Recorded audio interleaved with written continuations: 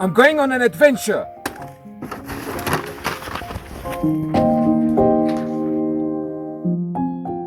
In 2017, people blew their loads when The Legend of Zelda Breath of the Wild was released alongside the Nintendo Switch. It is considered one of the best games of all time, refining so much of the open world formula that has been feeling a bit stale in other open world titles, such as Assassin's Creed and other games like Assassin's Creed. Breath of the Wild is such an awesome experience that I even made a video where I basically sucked the game's dick for about 17 minutes. At least my teeth are cleaner now.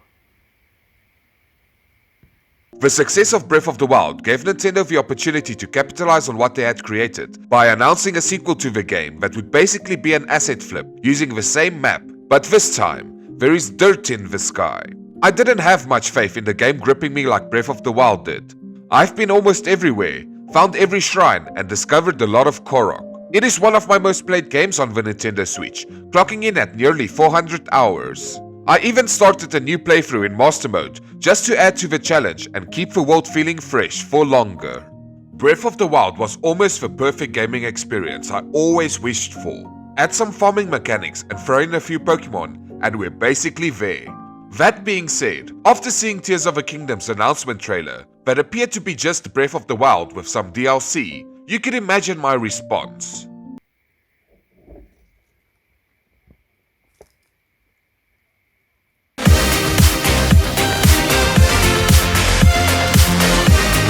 I was super excited to go on another adventure like Breath of the Wild and be able to experience more of this game I so loved. But as Tears of the Kingdom's release crept closer, there was one thing that started bothering me more and more. Sure, the trailers looked fun and there are so many new things, but I started worrying just how much of Tears of the Kingdom is going to feel like just another Breath of the Wild. I already discovered all the locations, slain so many monsters, and scaled so many mountains. Is it going to be able to be fun enough to do everything again for hundreds of hours without feeling like I'm just playing the same game? Will it be fun to fight the same enemies again? Will it get boring if I have to reclimb both sides of dueling peaks again because I jumped down the middle like an idiot the first time I climbed one side? The game was built upon Breath of the Wild and even reused the same map. Will it push things far enough so that I can have a different experience than before? Is it worth paying $80 for this game? Because the Nintendo distributors in my country are greedy bowl-licking their mother souls. I picked it up anyways. At the beginning of the game, I still had my doubts. Things felt a lot like the same game, but some things I liked about Breath of the Wild were different. I didn't understand why they took away Link's Sheeta Slate and stripped his powers from Breath of the Wild. They even took away my ability to fly. Like what the hell? Seriously? Why? The opening tutorial felt a bit tedious, and the new abilities felt less exciting in the beginning. I wasn't sure if I would enjoy the experience that much, but once I got to the surface, I started realizing just how different the two games actually are. Not just in the amount of content, but also the feeling of the games and how you approach the world and adventure. Breath of the Wild's experience felt much more isolated, like it was you against the world and the wild. Every mountain was a challenge in your way of progress, and overcoming the terrain was part of the experience itself. Tears of the Kingdom, on the other hand, feels much more like a grand-scale adventure where you take up your duty as a princess's knight and join the forces of Hyrule to take on a new threat and save the princess together. Essentially, Tears of the Kingdom took what Breath of the Wild had and cranked that shit up all the way to 12. There are a few aspects of Breath of the Wild that I miss in Tears of the Kingdom, but ultimately, it makes up for that in different ways. Instead of mountains being challenges in your path, they become opportunities.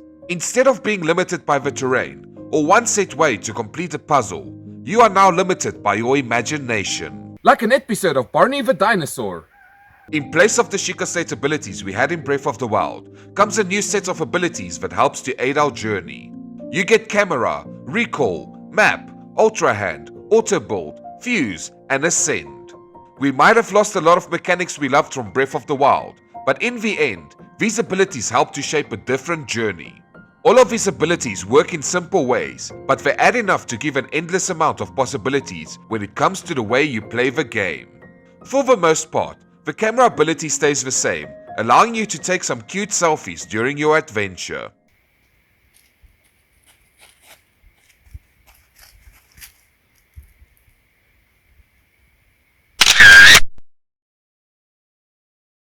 You also receive a mission where you have to take photos of almost everything in order to complete a compendium of Hyrule, which is quite a cool feature on its own. When something gets added to your compendium, you get a description that gives you more details about it, just like a Pokédex. It can be quite a fun distraction from your normal missions when you decide to hunt down and snap some photos of certain creatures, items, or weapons.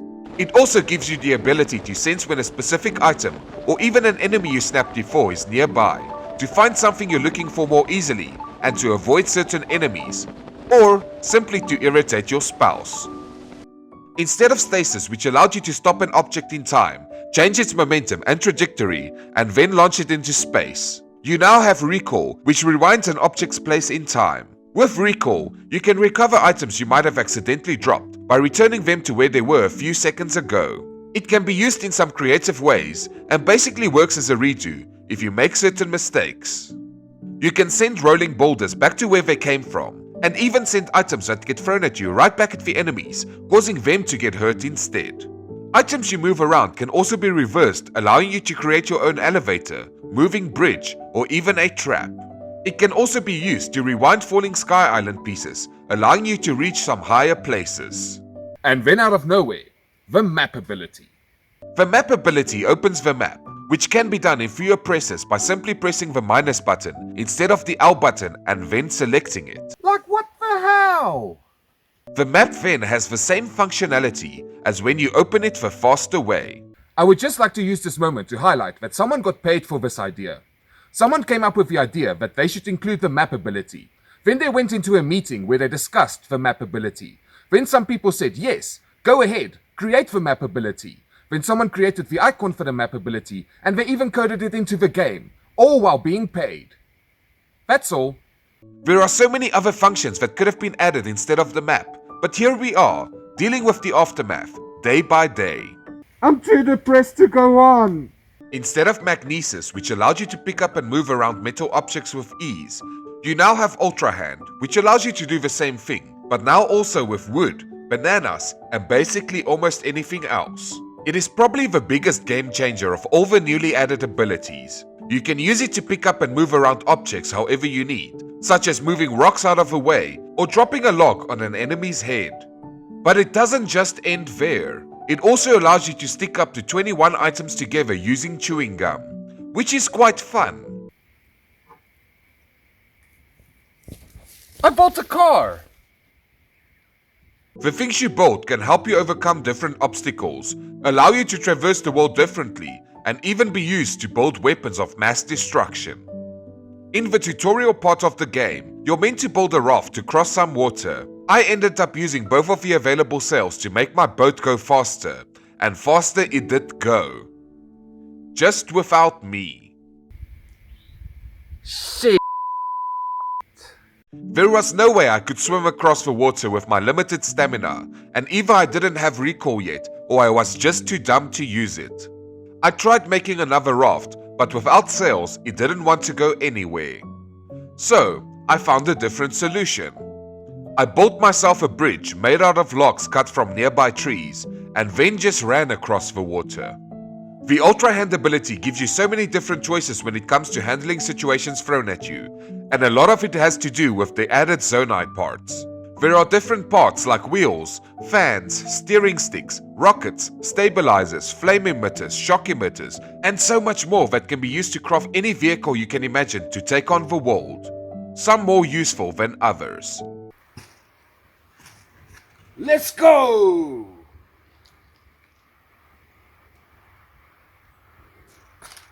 Come on. Instead of having to run everywhere or use the archaic means of traveling by horse, you can now just build yourself a bike that goes fast, or a Volkswagen Beetle that can get over almost anything, or launch a floating platform into the air using a rocket, or make your own flying vehicle. People make some pretty sick creations, from log wheels, to planes using magical rails, to giant robots, to walking war machines, to dragon replicas. It's pretty fascinating to see what people can come up with, given enough virginity. The possibilities given to us with this feature feel endless and makes this game one to play for years to come. The auto build ability is basically an extension of your Ultrahand ability, allowing you to collect and use some unique schematics or even save your own to rebuild quickly. It also has a unique feature where you can exchange Zonite to spawn missing items from a saved build so that you can have an air bike or a banana on a piece of wood at any time you need it. An ability that drastically changes the combat in the game is the fuse ability. This feature once again makes use of the chewing gum feature, but it focuses on weapons and shields. Time to go kick some ass!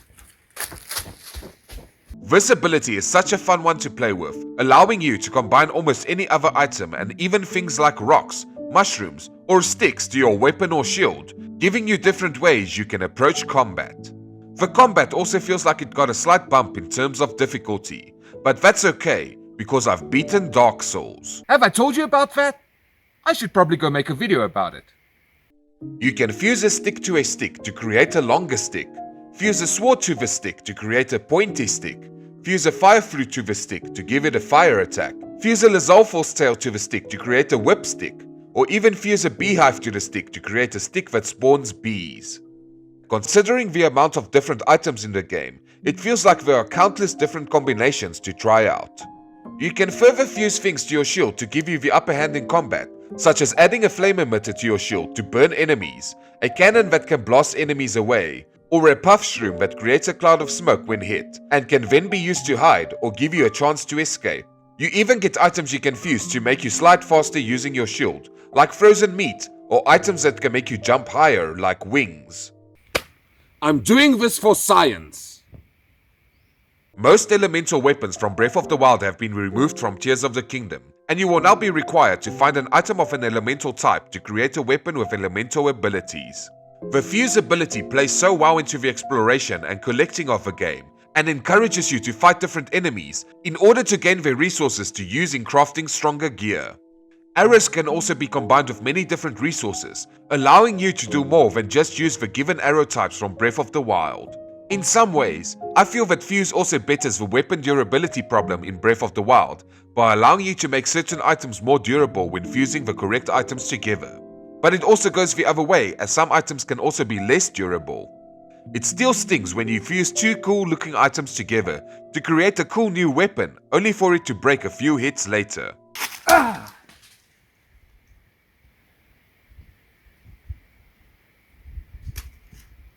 But unlike in Breath of the Wild, it never felt like I ran out of viable weapons, as defeating an enemy usually gives you an item to fuse a new cool weapon. This time I mean business. Ah! Fuse is an awesome addition to the game, as even with the same type of combat system from Breath of the Wild, it makes Tears of the Kingdom's combat feel fresh. Ascend is another ability that changed the way you can explore the world, by allowing you to jump through objects, structures, and environmental things as long as it's not too high above you. You can even use it to travel through some bigger enemies to get to the top of them and give them a few smacks. It is the perfect ability to add considering the other changes they have made to the world. While Tears of the Kingdom uses the same base map as Breath of the Wild, it is a completely different world. One of the first things I did in Tears of the Kingdom was to go looking for my hearty during spot from Breath of the Wild, and instead got met with a fist up my ass. Sure, the same mountains you climbed in Breath of the Wild are still there, but they now feature caves to explore and sometimes even completely different things to find. New settlements and ruins have popped up, new enemy camps have spawned, new creatures to defeat are around every corner, and new missions to complete are over every hill. Although I was in the same world, at no time did it feel like I was doing the same thing I did in Breath of the Wild, apart from finding a few Korok. The world changed enough to make it a different experience the second time around, and then we haven't even gotten to the islands in the sky or the caves of the depths. One of the things I like most about the game is just how many side quests they added to it. Okay, that's done. What's next? It never feels like you run out of things to do, as there's always someone with a mission around. Some need items, others need photos of things, and some even ask you to help them take on enemy camps. There are people giving you leads to some treasure, usually in the form of new armor, and others that require you to escort them. There are so many new requests, but just as I complete one, I end up with 2 more on my quest list. The game feels like it offers an endless amount of adventure and possibilities for new experiences to be had. It's not just a game where I'm bound to do one thing. I can mess around however I feel like. I have no idea what I'm doing, but I'm having fun. One moment I could be climbing a mountain, managing my stamina and planning every move in order to make it to the top. The next moment I could be sliding down a hill on a sledge, spinning around like I'm playing SSX Tricky. Then I can cook some food and create recipes that will make even Jamie Oliver understand how to cook. Then I can tame a wild horse and ride it around like I'm playing Red Dead Redemption. I can jump off my horse and go into slow motion, sniping enemies like I'm John Wick. Then I can go grind some rails down a mountain pretending that I'm Tony Hawk's. Then I can build a bike and ride it high into the sky in search of treasure maps before I plummet down all the way into the depths where I build a buggy to traverse the darkness. Then I can jump onto a dragon and ride it like I'm in Never-Ending Story. Then I can ride it all the way up to the surface and gather resources to go upgrade my armor at the Great Ferries and get molested by them.